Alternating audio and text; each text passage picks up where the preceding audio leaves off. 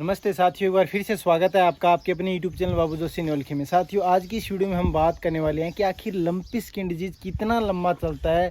इससे क्या होता है कि ज़्यादातर देखने में आया है कि पशु लंपी स्किन डिजीज होने के बाद तकरीबन 15 दिनों के भीतर गाय की ज़्यादातर देखने को मिला है कि मौत हो जाती है। तो हमें इन 15 दिनों के दौरान क्या ऐसा करना चाहिए ताकि हमारी जो गाय माता है वह बच सके, उसकी मौत न हो। देखिए, इस लंपी स्किन डिजीज से दूध का और बाकी सभी चीज़ों का कोई मायने नहीं है, क्योंकि इसमें मेनली जो फर्क पड़ रहा है वह है पशु की मौत होना। और जब पशु की मौत हो जाती है तो उसके बाद पशुपालक टूट जाता है एक तरह से। तो देखिए, इन 15 दिनों में हमें जो कुछ भी करना है उसका मैं आज आपको बताने वाला हूँ कि किन किन प्रकार से, किन किन तरीक़ों से, कब कब हमें क्या करना है। देखिए, शुरुआती 2 से 3 दिन है वो बहुत ही महत्वपूर्ण होते हैं। अगर पशुपालक को यह पता चल जाए कि उसकी गाय लंपी स्किन डिजीज पॉजिटिव हो चुकी है, लंपी वायरस, कैप्रीपॉक्स वायरस गाय को परेशान कर रहा है, तो उसके तुरंत बाद आप अपनी गाय को सबसे पहला काम ये करें कि नीम के पानी से और फिटकरी के पानी से नहलाना शुरू कर दें। और इसके साथ साथ काढ़ा पिलाएं। आप काढ़े में आपको लौंग का इस्तेमाल करना है, 10 पीस लौंग के, काली मिर्च के 10 पीस, 20 ग्राम हल्दी। ये 3 चीज़ें बहुत इंपॉर्टेंट है। इसके साथ साथ आप थोड़ी बहुत नीम की पत्तियां भी डाल लें। ये 4 चीज़ें आप प्रथम काढ़े के अंदर ज़रूर प्रयोग करें। और यह काढ़ा, चाहे आपकी गाय प्रेग्नेंट है या नहीं है, अपने पशु को ज़रूर दें। यह काढ़ा हमें तकरीबन, जब आपको पता चल जाए उसके बाद से लगातार देना है। कब तक? तकरीबन 6-7 दिनों तक। इन 10 दिनों के दौरान कुछ आपको सिम्टम दिखाई देंगे। बीच में जब पशु 7 से 8 दिन का पॉजिटिव हुआ होगा तो वह खाना पीना भी कम कर देगा और पशु के पैरों में सूजन भी आएगी। और साथ ही साथ पशु बैठा रहेगा या फिर खड़ा रहेगा, बैठने की कोशिश ही नहीं करेगा। तो इन प्रॉब्लमों को भी आपको सॉल्व करने के लिए आपको नीम के पानी को उबालना है, या नीम के पानी को आपको रात भर किसी भी प्लास्टिक के बर्तन में भिगो करके रख देना है। और सुबह उस पानी के अंदर तकरीबन 15 लीटर पानी में 50 से 100 ग्राम फिटकरी डाल करके और उसको अच्छे से घोल करके अपनी गाय के पोंछा लगाएं।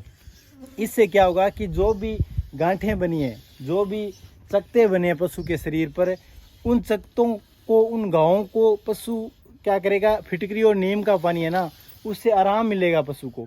और साथ में मक्खी और मच्छर भी कम बैठेंगे। इसके साथ साथ आपको इन दिनों के दौरान प्रॉपर रूप से धुआं करे रखना है। अपनी जो आपकी गौशाला है, जहाँ पर आप पशु रखते हो, धुएं के अंदर आपको ज़्यादा से ज़्यादा गोबर के उपले इस्तेमाल करने हैं ताकि वो लंबा चलता रहे। क्योंकि अगर हम लकड़ी से धुआं करेंगे तो वो जलकर जल्दी से राख बन जाती है। जो भी थोड़ा बहुत खा रहा है पशु, वह खिलाने के बाद रात के समय हमें हमारे पशु को तकरीबन 50 ग्राम सौंफ और 50 ग्राम ही आंवला, इन दोनों का अच्छे से पाउडर बना लेना है। और उसके अंदर 100 ग्राम मिश्री पीस करके अच्छे से इन तीनों को मिक्सअप करके और अपने पशु को शाम के समय पिला देना है।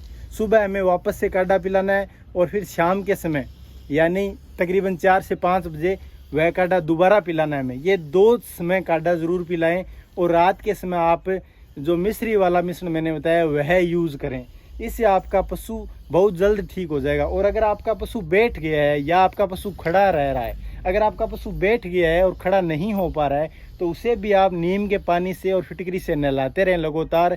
यानी नहलाने से एक तो टेम्परेचर भी कम आएगा। पशु में बुखार आने की समस्या बहुत बड़ी होती है इस लंपी स्किन डिजीज़ के दौरान, तो बुखार नहीं आएगा। 10 दिनों के बाद आपको काढ़े में थोड़ा सा बदलाव करना है। आपको काढ़े के अंदर लौंग, काली मिर्च, हल्दी के साथ साथ, नीम के पत्तों के साथ साथ आपको लहसुन के पीस भी यूज़ करने हैं। और आप सूखी तूड़ी दें अपने पशु को। ज़्यादा हरा चारा या ज़्यादा बांटा खिलाने की कोशिश इस समय न करें, क्योंकि इस लंपी स्किन डिजीज़ के दौरान पेट के अंदर जो माइक्रोफ्लोरा होते हैं उनको ह्रास हुआ होता है या वो नष्ट हुए होते हैं। वो क्या करते हैं, पेट में डाइजेशन सिस्टम को सही करते हैं। तो वो जब ख़त्म हो जाते हैं तो जो भी पशु खा रहा होता है, वह थोड़ा बहुत भी खाता है, वह पच नहीं पाता है। इस दौरान आपको जो लहसुन मैंने बताया उसको भी काढ़े के अंदर यूज़ करना है। इसके साथ साथ आप किसी भी बढ़िया कंपनी की जेल, जो 200 से 250 ग्राम लिक्विड, उसके अंदर विटामिन ए, विटामिन B3 और अन्य अनेकों मिनरल्स होते हैं, वह आप रोज़ाना 1 बोतल यानी 200 से 250 ml की जो बोतल आती है वह अपने पशु को पिलाएं। लगातार 3 दिनों तक पिलाएं काढ़ा पिलाने के बाद। और ज़्यादा चाटा बांटा खिलाने की ज़रूरत नहीं है। और इंजेक्शन अगर आप लगवा रहे हो तो आप धैर्य रखें, आप ज़्यादा इंजेक्शन न लगाएं, क्योंकि ऐसा भी देखा है कि पशुपालक जो होता है वह थोड़ा विचलित हो जाता है इस समय। वह इंजेक्शन लगवा लेता है और उसके बाद वह डॉक्टर तो आता नहीं है, क्योंकि उसे पता है कि एक बार इंजेक्शन दे दिया तो 72 घंटे तक नहीं देना है या 48 घंटे तक नहीं देना है। लेकिन पशुपालक का है जी है ना, जो मन है ना वो डामाडोल हो जाता है और पशुपालक दूसरे डॉक्टर को कॉल करके इंजेक्शन और लगा लेता है, क्योंकि पशु न तो खा रहा है और न जुगाली करा है, तो पशुपालक की चिंता बढ़ जाती है। तो ऐसे में हमें ऐसा कुछ भी नहीं करना है। अगर आप इंजेक्शन लगा रहे हो तो कम से कम आप 48 से 72 घंटे का गैप रखकर दोबारा इंजेक्शन लगाएं। लगातार इंजेक्शन अपने पशु को न दें। आपको फिटकरी, नीम और जो काढ़ा है वो, और साथ में धुआं, इन तमाम चीज़ों को जो हमारी देसी है उनका यूज़ ज़्यादा से ज़्यादा करना। ये गाय जो आप देख रहे हो यह 15 दिनों की लंपी स्किन डिजीज से पीड़ित है और अब इसकी हालत है वो काफ़ी सुधार है। और यही नहीं, ये 2 गायें आप देख पा रहे हो, मैं बार बार वीडियो में बता रहा हूँ, ये 2 गायें, इनमें भी सुधार हुआ है, अच्छा खासा सुधार हुआ है। ये गाय बिल्कुल ठीक है। और सारी की सारी गायें, तकरीबन 5 गायें मेरे डेयरी फार्म में, 25 गायें मेरे पास, उनमें से 5 गायों में लंपी स्किन डिजीज़ मैंने खुद ने मेहनत करके ठीक किया है। तो आप भी कर सकते हो। मेरे पास कोई विशेष सुविधा नहीं है, फिर भी मैं इन गायों को घर पे रह के आराम से ठीक कर पा रहा हूँ। तो आप फिर क्यों नहीं कर सकते? बिल्कुल कर सकते हो। आप इन तरीकों को आजमाएं और ज़्यादा टेबलेट भी न दें। मैंने देखा है पशुपालक है वो हर किसी गोली को जो भी घर में पड़ी होती है वो देता रहता है। ऐसा न करें, इससे ज़्यादा नुकसान होने वाला है, फ़ायदा बिल्कुल भी नहीं होगा। जय हिंद।